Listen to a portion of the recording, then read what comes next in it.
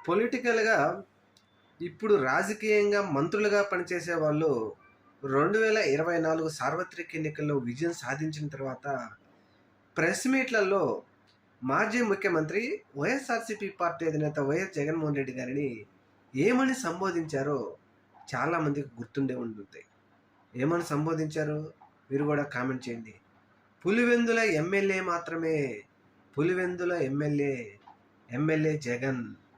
ఈ మాటలు ఎవరన్నారో కూడా పేర్లు నేను చెప్పవలసిన అవసరం లేదనుకుంటా. కానీ ఒక 3, 4 పర్యటనలు జగన్మోహన్ రెడ్డి గారు రాష్ట్రంలో తిరిగేటప్పటికీ మాజీ ముఖ్యమంత్రి జగన్మోహన్ రెడ్డి 5 సంవత్సరాలు ఆంధ్రప్రదేశ్ ముఖ్యమంత్రిగా పనిచేశారు అనే స్థాయిలోకి మంత్రులు వచ్చేశారు అంటే జగన్మోహన్ రెడ్డి గారు అధికార పార్టీని, కూటమిని ఏ విధంగా భయపెడుతున్నాడో దీనిని బట్టే అర్థం చేసుకోవాలి.